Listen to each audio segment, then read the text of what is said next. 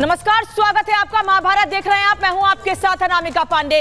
महाभारत में आज बात करेंगे कर्नाटक की, क्योंकि कर्नाटक से कुछ ऐसा इशारा मिला है जिसके बाद भारतीय जनता पार्टी के नेताओं से लेके संत समाज तक नाराज है। और इसीलिए हम कह रहे हैं आज कि राहुल का साइन राम विरोधी डिजाइन, यानी कि राहुल का एक इशारा और राम विरोध में कदम उठाने के लिए या रणनीति बनाने के लिए कांग्रेस के नेता तैयार रहते हैं। हिंदुत्व, सनातन और भगवा, इन सभी को लेकर कांग्रेस पार्टी के नेता या राहुल गांधी इसके पहले कई बयान दे चुके हैं और इसी को लेकर भारतीय जनता पार्टी के नेता कांग्रेस पर हमलावर रहते हैं। अब एक बार फिर भारतीय जनता पार्टी को बैठे बैठाए राम के नाम पर एक मुद्दा मिल गया है जिस पर कर्नाटक सरकार सवालों के घेरे में है। और ये पहली बार नहीं है, इसके पहले भी कांग्रेस हिंदू विरोधी एजेंडा चलाती रही है। इसीलिए हम ये कह रहे हैं कि कांग्रेस का नया हिंदू विरोधी एजेंडा। इसके पहले कौन सा एजेंडा आया सामने, ये आपको बता देती हूं। खुद को हिंदू कहने वाले हिंसा करते हैं। राहुल गांधी ने भरी सदन में यह बात कही थी जिस पर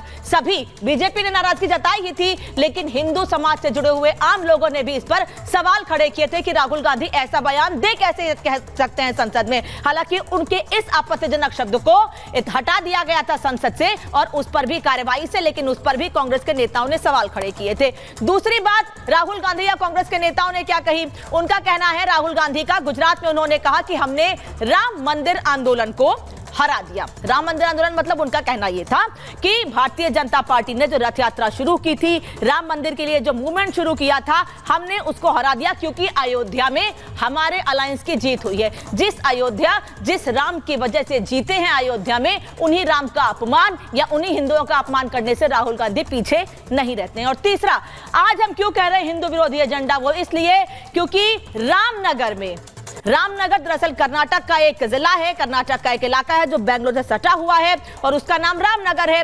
उससे राम हटाने की तैयारी कर ली है, उसके लिए प्रस्ताव तैयार कर लिया है डीके शिव कुमार, जो कि कर्नाटक के डिप्टी सीएम है, और उन्होंने मुख्यमंत्री सिद्धरामैया को वो प्रस्ताव सौंप भी दिया है।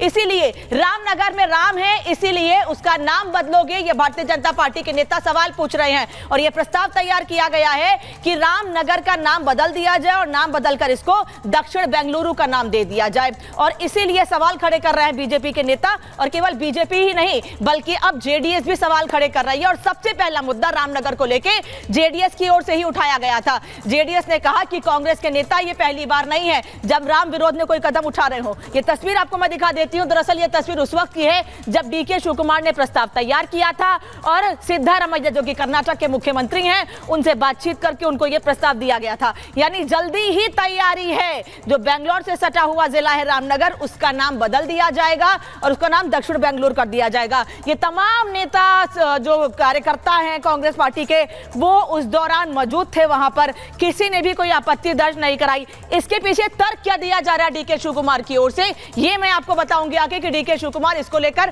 तर्क क्या दे रहे हैं, वो क्या बातें कह रहे हैं इसको लेकर, और जेडीएस कैसे इस पर हमलावर है, ये आपको बता देती हूं। लेकिन सबसे पहले आपको यह बताती हूं कि राम का नाम कांग्रेस हटा देगी। क्यों? क्योंकि रामनगर से राम हटाएगी कांग्रेस, और इसीलिए इसी पर आपत्ति है कि रामनगर नाम है। तो आपको दिक्कत क्या है?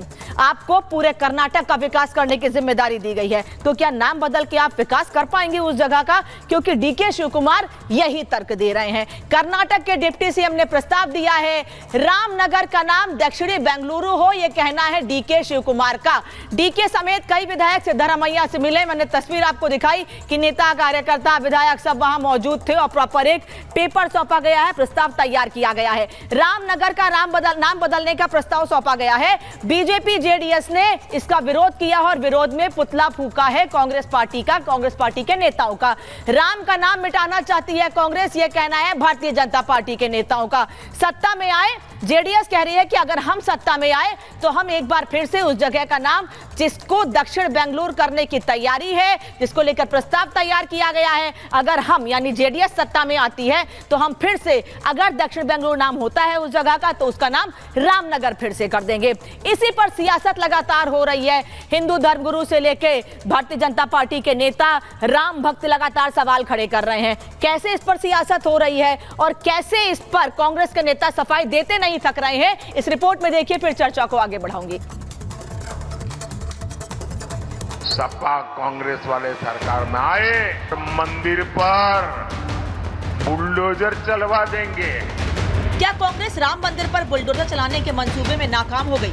जैसा मोदी का आरोप है तो राहुल की टीम अब जहां जहां राम का नाम आ रहा है उसे बुलडोज करने में लगी है। इसीलिए कर्नाटक सरकार ने रामनगर जिले का नाम बदलने का प्रस्ताव तैयार कर लिया है, जिसे डी के शिवकुमार ने सीएम को सौंप दिया।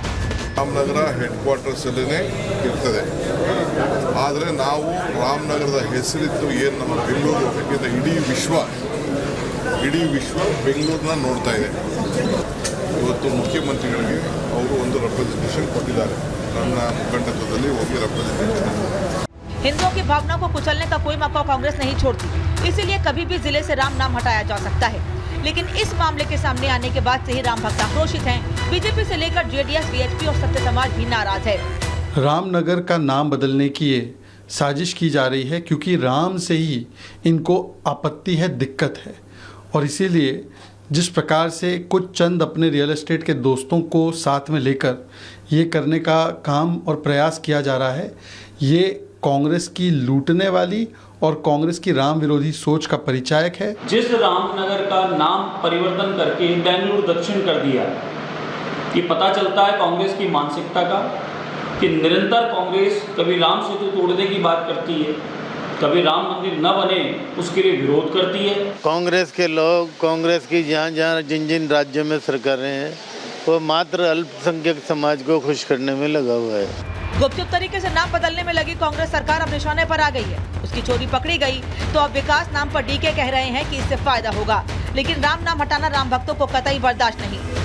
समझ में नहीं आता कि राम से इतना द्रोह क्यों, और बड़ा इलॉजिकल बातें कर रहे हैं कि नाम बदल जाएगा तो उस स्थान का डेवलपमेंट बढ़ जाएगा, उसकी प्रॉपर्टी की रेट बढ़ जाएगी, इन्वेस्टमेंट बढ़ जाएगा। कैसे बेतुका बयान है। वो सिर्फ और सिर्फ इसलिए रामनगर का नाम बदलना चाहती क्योंकि उस पे भगवान श्री राम के नाम से वो नगर है। कांग्रेस लगातार सनातन संस्कृति, सनातन से जुड़े हुए नाम परिवर्तन करके और सनातन पे लगातार कुठाराघात किया जा रहा है। तो हिंदू के प्रति किस प्रकार से हिंसक मानसिकता कांग्रेस की है, दुखद है, अति निंदनीय है। विरोध तेज हो रहा है तो सियासत के भंवर में फंसी सिद्धरामैया सरकार अब अपने एजेंडे को बचाने के लिए बीजेपी पर ही ठीकरा फोड़ रही है। BJP peoples they don't have better business, just to oppose they are opposing that's all. Congress Ram विरोधी है, ये सिर्फ आरोप नहीं है। क्या कांग्रेस भी इसे साबित करने में लगी है? क्या चुनाव से पहले और नतीजों के बाद भी कांग्रेस का राम विरोधी अभियान चल रहा है? कांग्रेस ने तो राम के नाम को ही नकार दिया था, कहा राम हुए ही नहीं, कृष्ण हुए ही नहीं।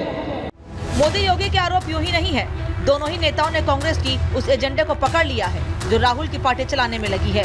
तभी तो राहुल कभी राम मंदिर आंदोलन को हराने का दावा करते हैं, कभी संसद में हिंदुओं को हिंसक बताते हैं। उस मूवमेंट को इंडिया गठबंधन ने अयोध्या में हरा दिया है। हिंदू विरोधी राग के बाद देश भर में राहुल के खिलाफ लोगों का गुस्सा फूटा। यहाँ तक कि जब वो अपने संसदीय क्षेत्र रायबरेली गए तो वहाँ राहुल विरोधी पोस्टर लगे और लोगों ने पूछा क्या हिंदू आपको गाली खाने के लिए वोट देगा। राम जी के नाम पर उनको ऐतराज भी है। जब राम जी के मंदिर की प्रतिष्ठा थी तो वो आए ही नहीं। ऐसे करके उनका हमेशा राम जी के प्रति ऐसा रहा है।